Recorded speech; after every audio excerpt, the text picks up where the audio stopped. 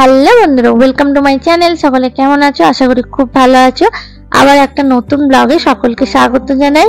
অক্ষয় তৃতীয়ার অনেক অনেক শুভেচ্ছা সকলকে। তো আমি আবারও চলে এসেছি বাক্সারা নবনারী কুঞ্জ মন্দিরের সামনে।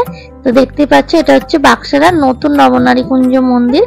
সকালবেলা এসেছিলাম, তোমাদের সঙ্গে এখানে পুজো শেয়ার করেছি। তো আবারও সন্ধ্যাবেলা চলে এসেছি এবং তোমাদের সঙ্গে শেয়ার করব এখানকার সন্ধ্যা আরতি। তো পুরো মন্দিরটাই এবছরে পুজোর উপলক্ষে চন্দননগরের লাইট দিয়ে সাজানো হয়েছে। আর রাতের বেলায় কিন্তু পুরো লাইটের আলোগুলো বেশ দেখতে সুন্দর লাগছে, আর মন্দিরটা খুব সুন্দর লাগছে। তো দেখতেই পেলে গেটটা তোমাদের দেখালাম কত সুন্দর করে সাজানো হয়েছে।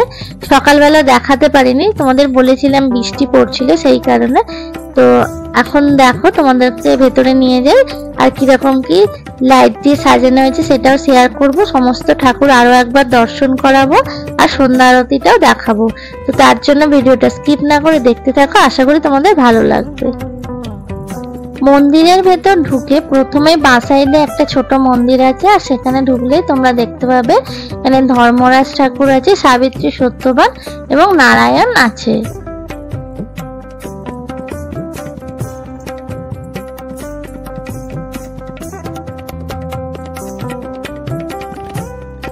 মন্দিরের বাইরে দেখো, এখানে কিন্তু ধূপবাতি দেওয়ার জায়গা করা আছে। আর তারপরে রয়েছে আরো একটা ছোট্ট মন্দির। আর এই মন্দিরে আছে দেখো রাধারানী ও শ্রীকৃষ্ণ যখন কালী সেজেছিল সেই অবতারটা কিন্তু এখানে রয়েছে।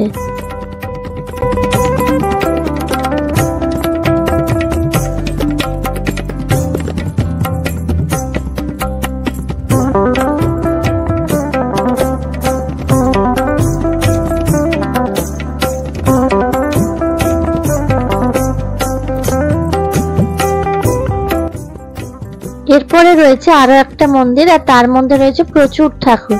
তো পরপর তোমাদের সেগুলো দেখায়। প্রথমে রয়েছে পুতনা রাক্ষসী, তারপর রয়েছে এক সাইডে মহাদেব এবং এক সাইডে নারায়ণ। তো অর্ধ নরেশ্বর দেখতে পাচ্ছ।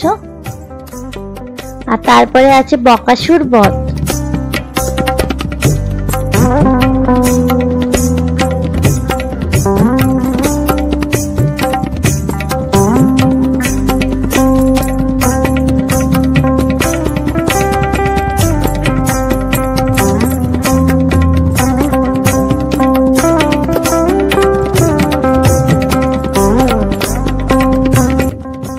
বকাসুর বধের পাশেই ঠিক রয়েছে জগন্নাথ দেব। দেখো জগন্নাথ দাঁড়িয়ে আছে পদ্মের ওপর, অপূর্ব সুন্দর।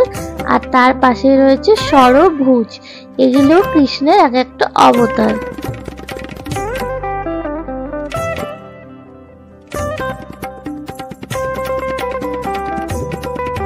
এরপরে আছে শ্রীকৃষ্ণের বামন অবতার, তারপর আছে কালীনাগ দমন, এছাড়াও আরো অনেকগুলো ঠাকুর।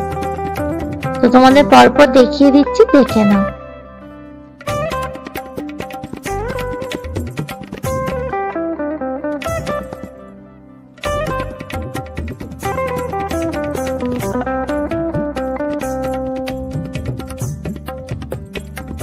তোমাদের এতগুলো ঠাকুর দেখিয়ে দিলাম, কোন ঠাকুরটা তোমাদের সবচেয়ে ভালো লাগছে সেটা কিন্তু কমেন্ট বক্সে অবশ্যই জানিও।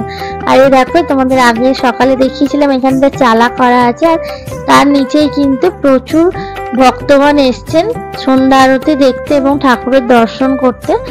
দেখো তোমাদের সেটা একটু ঘুরিয়ে দেখাই। আর এই ভাইটা হচ্ছে আমার চ্যানেলের একজন সাবস্ক্রাইবার ভাই।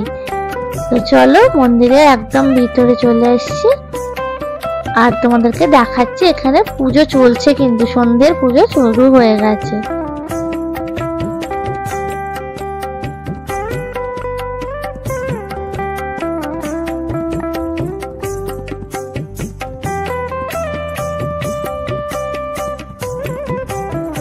এই দেখো, ঠিক ঘটের উপরে সবার নিচে রয়েছে গোপুসোনা, তারপরে আছে সখীরা এবং মাঝখানে আছে 9টা সখী, যারা মিলে রথের হাতি তৈরি করেছিল। আর তার উপরে আছে শ্রীকৃষ্ণ ও রাধারানী, তার দুপাশে আছে জয়া ও বিজয়া, একজন ছাতা মাথায় আর একজন পতাকা হাতে।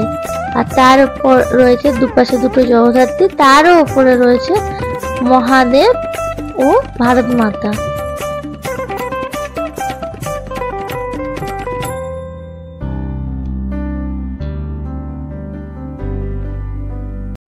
এইখানে দেখো ঢাকি দাদারা কিন্তু ঢাক বাজাতে শুরু করে দিয়েছে এবং আরতি শুরু হয়ে গেছে।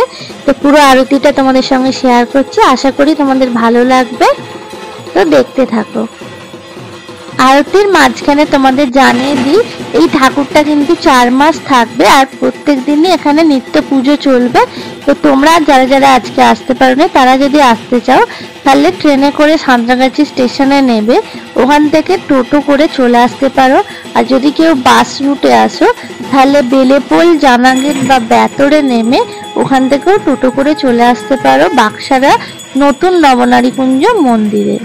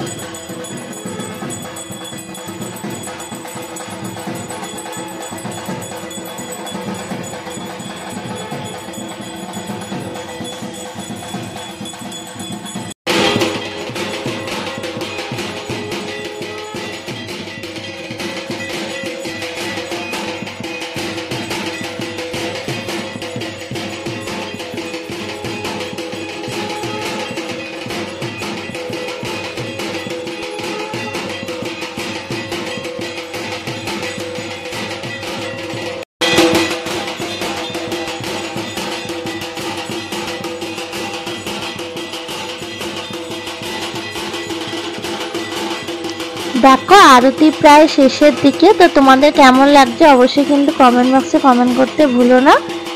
তো চলো,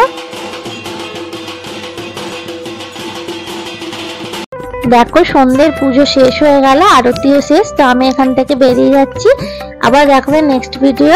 তোমাদের কেমন লাগলো অবশ্যই জানিও, আর ভালো লাগলে প্রচুর প্রচুর লাইক শেয়ার করে দিও।